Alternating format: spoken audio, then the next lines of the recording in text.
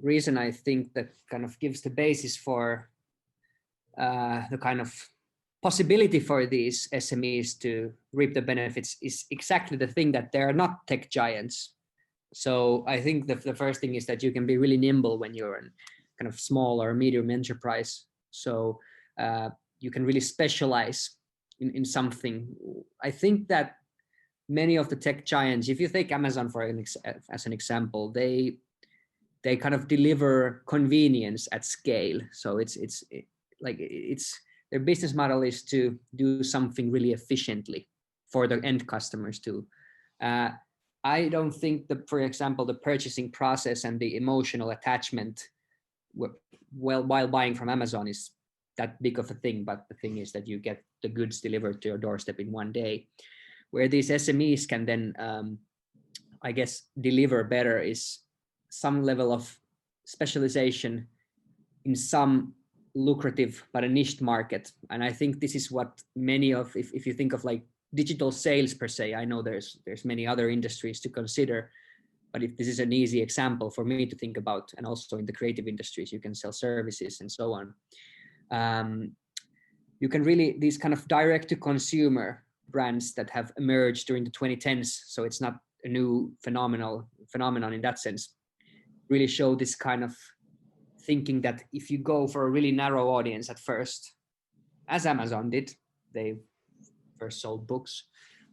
This is a really way to go. If you can cut the middleman, own the whole process from customer acquisition to loyalty, this can give you a really big of an edge, and you don't really have to grow to billions of dollars of revenue a year. You can do just fine, and you can actually do it at scale pretty well.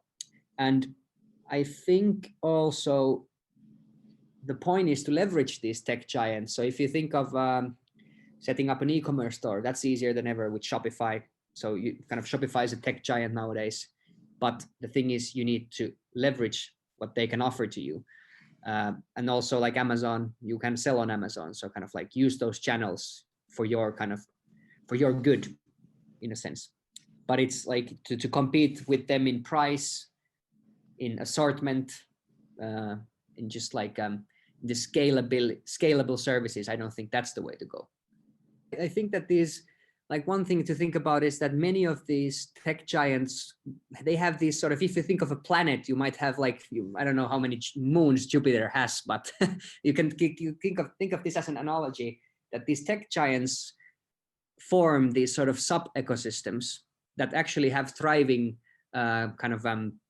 startup scenes. So if you think of, for example, Salesforce, the big CRM, sales, e-commerce, whatever platform nowadays, the biggest employer of San Francisco, I guess.